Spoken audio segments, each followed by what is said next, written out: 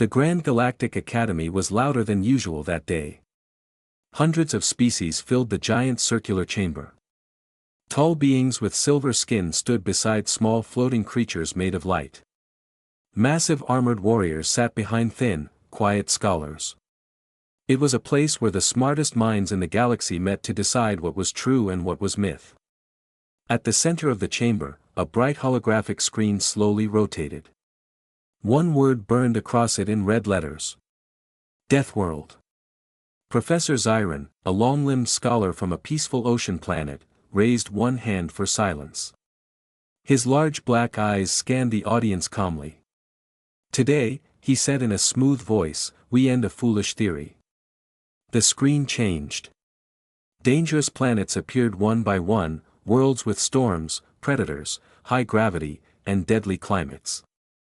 There is no such thing as a death world, the professor continued. Yes, some planets are more difficult than others. But no world is impossible. The term is dramatic. Emotional. Incorrect. Soft laughter moved through the chamber. A reptilian student leaned back in his seat. Only primitive species believe in death world myths, he said loudly. More laughter followed. Near the back of the chamber, a small figure sat quietly. She did not laugh. She watched. She was human. Her name was Lyra Hassan, a young cadet from Earth. Compared to the other beings in the room, she looked fragile. No claws. No armor. No glowing skin. Just simple academy clothing and dark eyes that missed nothing. Professor Zyron spread his hands proudly. The galaxy has explored over 1 million systems. We have data. Science. Proof. Death worlds do not exist. The chamber filled with confident whispers. Then, slowly, a single hand rose into the air. It was small. Human. At first, no one noticed. Then the AI moderator spoke in a neutral tone. Recognition request detected. Human delegate Lyra Hassan. The laughter faded. Heads turned. The professor blinked in surprise. Yes, human delegate. Lyra stood up slowly. She did not rush. She did not look angry. She looked calm. I have a question, she said. Her voice was soft, but the chamber carried every word. Professor Zyron nodded politely. You may speak. She looked at the red word still floating above the chamber. Are you certain, she asked, that death worlds do not exist? A few students smirked. The reptilian student crossed his arms. Of course they do not. The professor just explained it. Lyra did not look at him. She kept her eyes on the professor. Professor Zyron gave a patient smile. Young human, difficult environments exist.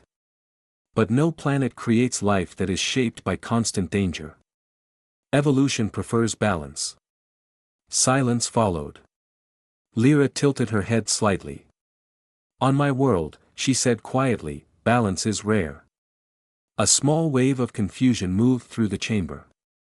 She lifted her wrist device. The holographic screen responded to her signal. The image changed. A blue planet appeared. Earth. 71% water, she began. Oceans deep enough to crush metal ships. Creatures large enough to swallow vehicles. The image shifted. A massive shark moved through dark water. Some students leaned forward. Land predators that hunt in groups, she continued. Venomous lifeforms. Parasites. Microorganisms that can kill billions. The screen flashed images of storms, earthquakes, volcanoes. Gravity stronger than the galactic average. Weather patterns that destroy cities. Tectonic plates that reshape continents. The chamber grew quiet. Professor Zyron cleared his throat. Many worlds have hazards. Lyra nodded once. Yes. But on Earth, hazard is normal. No one laughed this time. She tapped her device again. A new statistic appeared. Average human lifespan during early industrial era, 31 years. Gasps whispered through the seats. We survived ice ages, she said. We survived plagues. We survived each other. The reptilian student shifted uncomfortably. Professor Zyron studied the data carefully. These are extreme conditions. Lyra met his eyes. And yet, she said, we are here. A heavy silence filled the chamber. The AI moderator suddenly interrupted. New classification update detected. Planet Earth hazard index recalculating. The red word above them flickered. Somewhere in the upper balcony, a metallic ambassador whispered, impossible. The hologram pulsed once. Then the chamber lights dimmed slightly as the system processed new data. Lyra remained standing, her hands still raised. And for the first time that day, the galaxy was not laughing. It was listening. The chamber lights remained dim. The red word above them flickered again. Deathworld, reassessing. A low murmur spread through the Grand Galactic Academy. Many students were now studying the images of Earth more carefully. The oceans. The storms. The predators. Professor Zyron straightened his tall frame. Statistics alone do not prove your claim, he said calmly. Danger does not define a death world. Survival does not make it special. Lyra did not sit down. She nodded once. You are correct, Professor. That surprised him. But, she continued, what if survival is not the special part? The chamber grew still again. She changed the hologram. Now it showed early humans, small groups standing in snow, holding simple tools. We were not the strongest species on our planet, Lyra said. Large predators were stronger. Faster. Sharper. Images flashed of giant bears, saber-toothed cats, massive wolves. We were not the biggest. We had no armor. No claws. No natural weapons. A winged alien student tilted its head. Then why did you survive? Lyra zoomed the image closer. A group of humans worked together, building shelter. Because we learned, she answered. Another image appeared, fire. We turned lightning into power. The next image, boats crossing violent seas. We crossed oceans filled with monsters. Then came a darker image, two human armies facing each other. A quiet tension filled the room. We fought each other, she said softly. And we survived that too. The reptilian student stood suddenly. That proves nothing. Many species have wars. Yes, Lyra replied calmly. But not many destroy their own world, and then repair it. The hologram changed again. It showed pollution. Smoke. Dead forests. Then it showed clean cities, solar panels, growing forests again. We make mistakes, she said. Big ones. Her eyes lifted to the chamber. But we fix them. A thin alien scholar whispered to another, adaptive cycle behavior. Professor Zyron crossed his long fingers. Your world is dangerous. Your species is resilient. Still, that does not prove Earth is a death world. Lyra walked slowly toward the center floor. Her boots echoed softly. On Earth, she said, children learn early that the world does not care about them. Several students shifted in their seats. She showed another image, hurricanes swallowing cities. Storms strong enough to erase maps. Then earthquakes cracking land apart. Ground that moves without warning. Volcanoes exploding into the sky. Fire from under our feet. A heavy silence pressed against the walls. The Academy AI suddenly spoke again. Hazard index for planet Earth, level 8.9. Gasps broke out across the chamber. Level 8 was considered extreme. Few inhabited planets ever reached that level. Professor Zyron's calm expression finally cracked. Level 8.9, he whispered. Lyra's voice remained steady. And that is modern Earth, she said. Early Earth was worse. The reptilian student slowly sat down. A tall armored warrior from a warborn species stood up. His voice was deep. If your world is this deadly, he asked, why leave it? Lyra looked at him. For the same reason we survived it. She tapped her wrist device one more time. Now the hologram showed humans building cities in space. Terraforming harsh moons. Exploring black space beyond known systems. We do not run from danger, she said. We study it. We adapt to it. We master it. The chamber felt smaller now. The red word above them stopped flickering. It changed. Earth, extreme hazard world. Not death world. But close. Professor Zyron slowly lifted his head. You believe your planet deserves the title?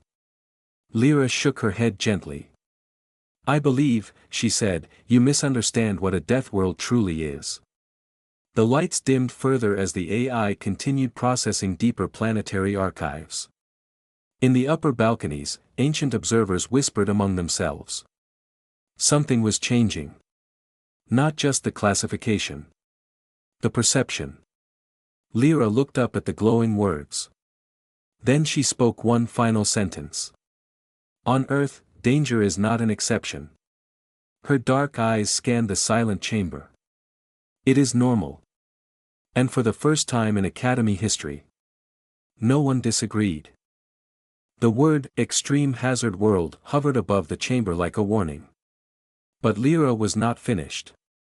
The silence in the Grand Galactic Academy felt heavier now. No one laughed anymore. No one whispered. Professor Zyron folded his hands behind his back. You have proven Earth is dangerous, he admitted. But danger alone does not define a death world species. Lyra nodded slightly. You are right, she said. She stepped closer to the center floor. Her small figure stood beneath beings twice and 3 times her size. Yet in that moment, she did not look small. You think a death world species must be violent, she continued. Aggressive. Uncontrolled. Several heads nodded. That is what history shows, said a metallic ambassador from the upper balcony. Past extreme species expanded rapidly and destroyed everything around them. Lyra lifted her eyes toward him. Humans expanded rapidly too. A faint tension moved through the chamber. She changed the hologram again. Now it showed humans reaching space for the first time. Old rockets breaking through clouds. Early space stations orbiting Earth. We left our world not because it was safe, she said. But because it was not enough. Another image appeared, humans building colonies on frozen moons. We learned to live in vacuum. Then desert planets. We learned to create water. Then heavy gravity worlds. We learned to strengthen our bodies. A thin scholar whispered, adaptation rate, extremely high. Lyra continued, her voice calm. You measure strength in weapons. We measure strength in endurance. The reptilian student looked confused. Endurance is not power. Lyra turned to him for the first time. On Earth, it is. The chamber stayed silent. She raised her wrist again. A new image appeared, 2 human astronauts repairing a damaged ship in open space. No claws. No armor, she said softly. Just tools. And trust.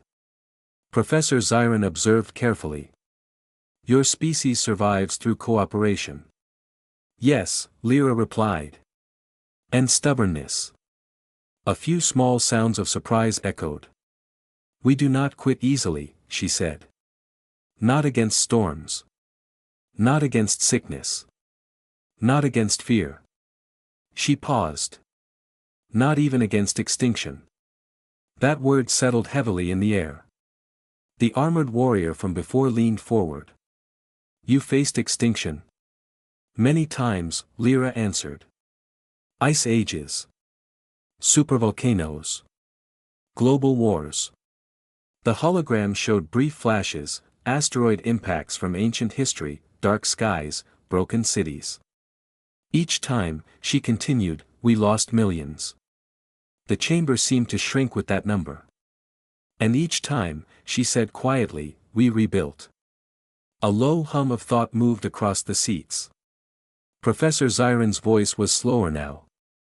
If what you say is true, then humans are not reckless conquerors. No, Lyra said. Then what are you? She looked around the chamber. At the scholars. The warriors. The ancient observers. We are survivors. The AI system chimed again. Human Species Adaptation Index, highest recorded among Federation members. Shock spread like electricity. The reptilian student stared at the data. That is impossible. Lyra's expression did not change. On Earth, the environment does not protect us, she said. It tests us. She looked up at the glowing classification. Your worlds were balanced for life. She touched her chest lightly. Ours was not. Silence deepened. The metallic ambassador spoke again, voice lower this time. If your world shapes such resilience, then what shapes your morality? That question hung sharply in the air. Some species had grown strong and cruel. Strength without control had destroyed civilizations before. Lyra took a slow breath. On Earth, she said, we learned something simple. She looked directly at the ambassador. If the world is harsh, we do not have to be. The words were soft.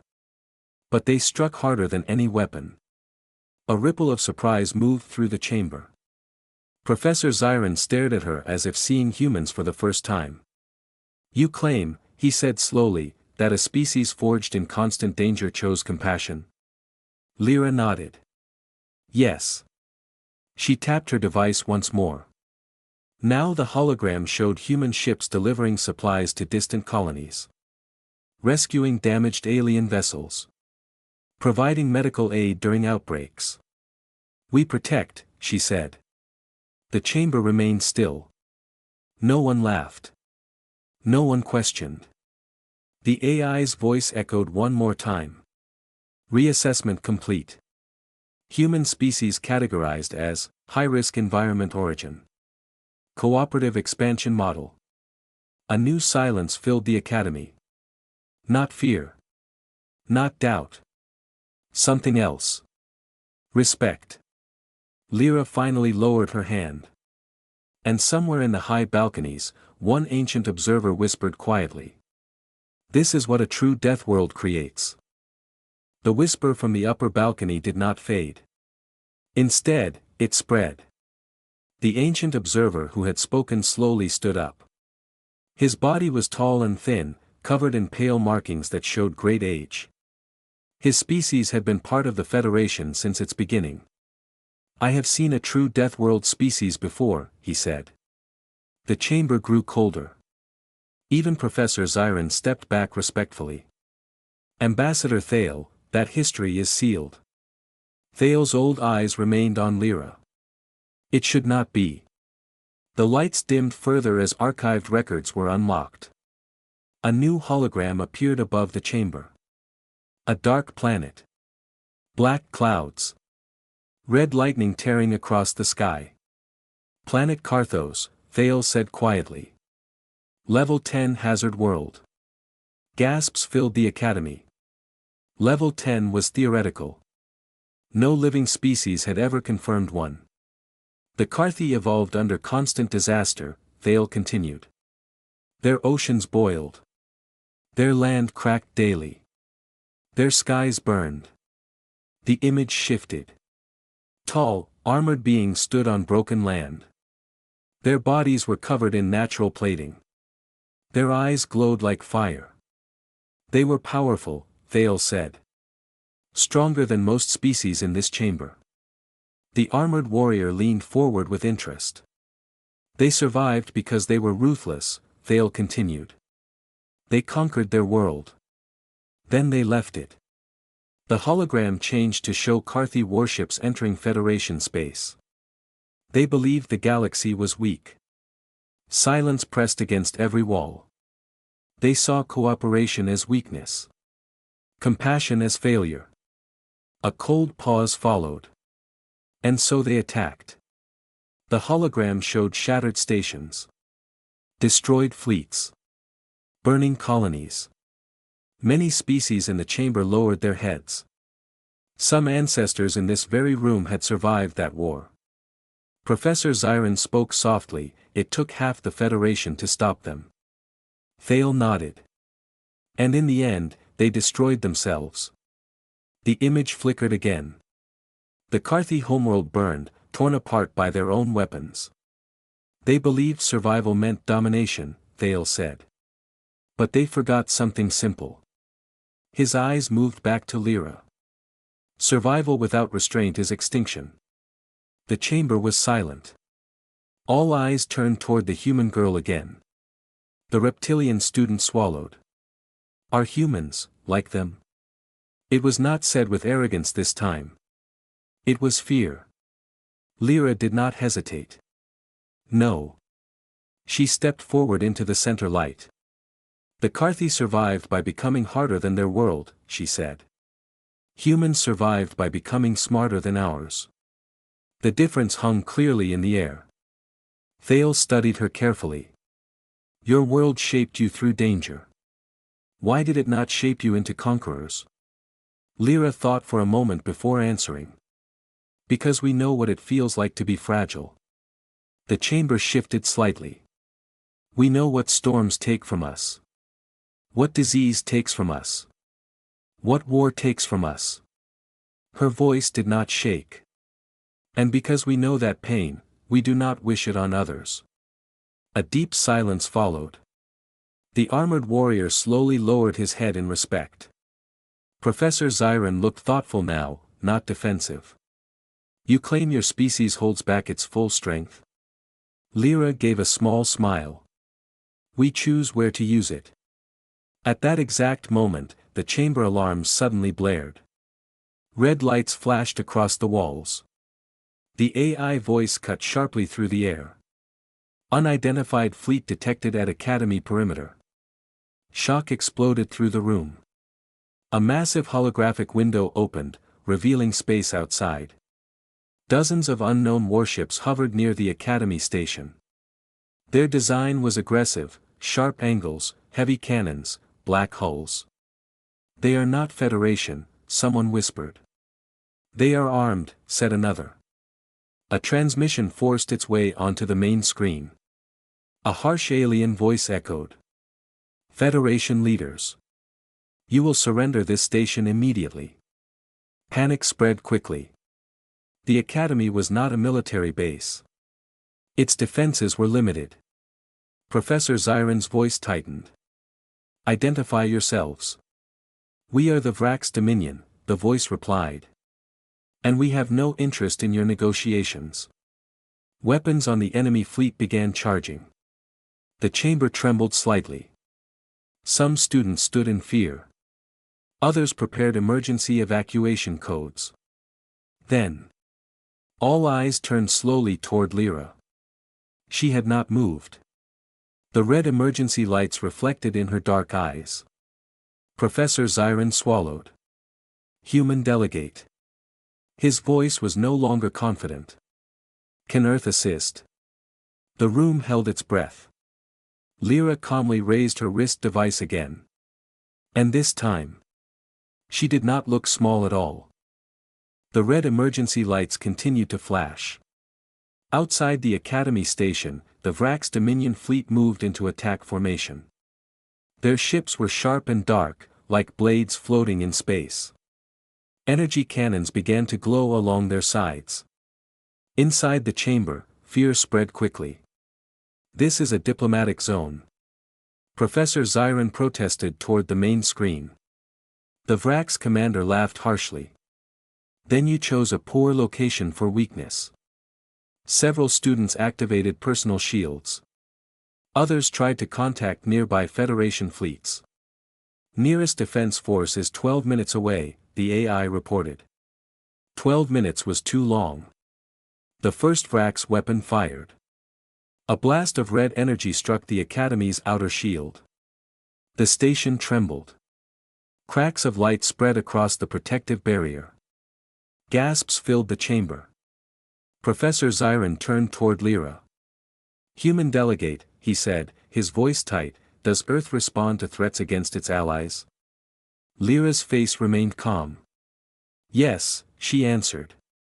She tapped her wrist device. A secure channel opened instantly. Her voice changed slightly, still soft, but firm. "This is Cadet Lyra Hassan of Earth," she said. "Emergency code Orion. Academy under hostile threat. Confirm response." There was a brief pause. Then a clear human voice replied. "Response confirmed." The line closed. The chamber felt frozen. The Vrax fleet fired again. The Academy shield weakened further. Sparks flew across the outer hull display. "Impact tolerance dropping," the AI warned. The reptilian student whispered, "We are not ready for war." Lyra looked up at the large viewing window. "You are not," she agreed. Another blast struck the shield. The barrier flickered dangerously. Then, space itself seemed to ripple. At first, it looked like small distortions in the darkness behind the Vrax fleet. The Vrax commander paused mid-sentence. "What is that?" The distortions grew larger. Bright lines of blue light tore open space behind the hostile ships. 1, 2, 10, 50. Warp gates opened like silent doors. From them emerged human warships. They were not jagged or wild in design. They were smooth, balanced, calm. Hundreds of them. They formed a perfect arc behind the Vrax fleet, cutting off escape routes in seconds. The chamber inside the Academy went completely silent. The Vrax commander's voice returned, but this time it was uncertain. "Identify yourselves." A new signal replaced his on the screen. A human admiral appeared. Her uniform was simple. Her eyes steady. "This is Admiral Reyes of the Terran Defense Fleet," she said evenly. "You are targeting a protected Federation institution." The Vrax commander tried to sound strong. "This does not concern you, humans." Admiral Reyes did not raise her voice. "It does now." Behind her, human ships locked weapons, not wildly, not emotionally. Precisely. Targeting systems highlighted every Vrax vessel at once. The armored warrior inside the chamber stared at the tactical display. "Perfect formation." The metallic ambassador whispered, "They arrived in under 2 minutes." The Vrax commander hesitated. "You are outnumbered," he said weakly. Admiral Reyes tilted her head slightly. "You are surrounded." Silence followed. The human fleet did not fire. They did not shout. They waited. That waiting felt heavier than any weapon. Inside the Academy, no one moved. The reptilian student stared at Lyra. "You called this, with one message?" Lyra nodded. "We protect," she said simply. On the main screen, the Vrax commander looked at the tactical map again. His ships were trapped between the Academy shield and the Terran fleet. After a long moment, he spoke. "Vrax Dominion vessels, withdraw." One by one, the hostile ships powered down their weapons. Warp engines activated. The fleet retreated without another shot. The chamber lights slowly returned to normal. No cheering followed. No celebration. Only silence. Professor Zyron looked at Lyra with something new in his expression. Understanding. "So," he said quietly, "Deathworlds do not exist." Lyra looked up at the word still glowing faintly above the chamber. She lowered her hand. No, she said softly. There are no death worlds. She glanced at the window, where human ships now calmly held position in silent protection. There are only worlds that teach their children how to survive. The galaxy did not laugh. It did not argue. It did not question. It went silent. Because it finally understood.